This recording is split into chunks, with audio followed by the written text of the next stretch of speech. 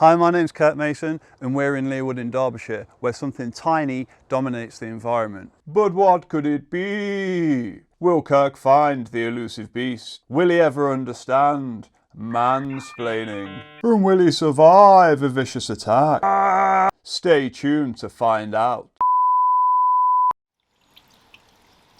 Lea Wood sits in the lower Derwent Valley in Cromford, Derbyshire, and its main feature is semi-natural ancient woodland, which is lovingly maintained by Derbyshire Wildlife Trust. It's home to over 100 fungi species, more than 20 threatened moth species, and some pretty cool birds such as woodpeckers and pied flycatchers. And when you walk through woodlands such as this, you will often find evidence of herbivores. Now, herbivores may sometimes nibble our roses, but actually they serve quite a crucial role. What they do is they eat plant matter such as this, they poop it to the ground, and then it's then converted by other invertebrates and microorganisms into nutrients in the soil. This provides food for future plant generations. If herbivore populations go left unchecked, they can strip plants completely bare and eventually cause them to die. This can even happen to the biggest of trees if too many successive defoliation events occur. And this is where the predators of herbivores really start to shine, by keeping herbivore populations in check and protecting plants. And one of these predators is found right here in Lea Wood, and despite its size, it is really quite hard to miss. The northern hairy wood ant, also known as Formica lugubre, also known as Formica lugubris. The northern hairy wood ant is characterised by the hair between the eyes, kind of like Frida Kahlo, but unlike her, sorry ants, you're not a gay icon. Most colonies of this species are actually found up north in Scotland, so it's actually really cool to find them here in Derbyshire. They specialise in living on the edge. Now that's not quite as exciting as it sounds. It actually means where there is a mixture of light and cover, although nests are typically found in sunny spots. They construct nests above the ground from pine needles. Workers out in the field will get energy from the excretions of aphids that we call dew. This would be like drinking a Red Bull from a random anus that you come across in the woods. Not recommended.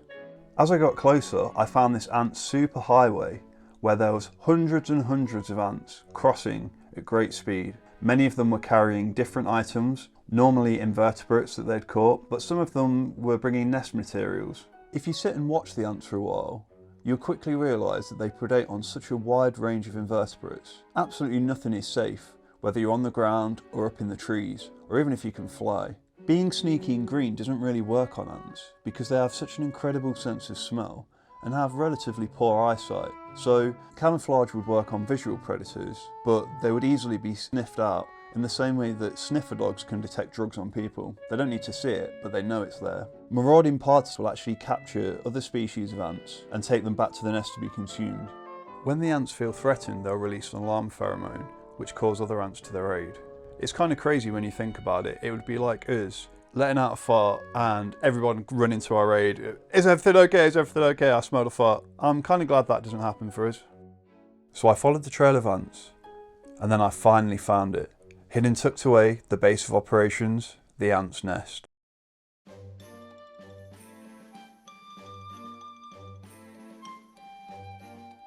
It's really quite hard to convey how big this nest really is. From top to bottom, it's probably around 3 foot high. And if each ant were the size of a person, this thing would be bigger than the Great Pyramid of Giza, which is really quite impressive. Ants are absolutely fearless, and you'll see this when I put my finger near the nest. As soon as one attacks, they all just swarm my finger. Nah, just kidding. Your skin is too much of a thick barrier for the tiny ants to actually penetrate, though you can see that they're having a really good go. There's no pain whatsoever, though I don't recommend that you do this, especially if you get the wrong ants, or you live somewhere else in the world.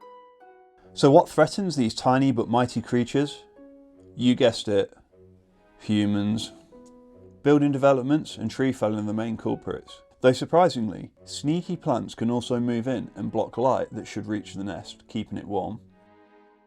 And it might surprise you to know that they are immune to COVID because they have antibodies.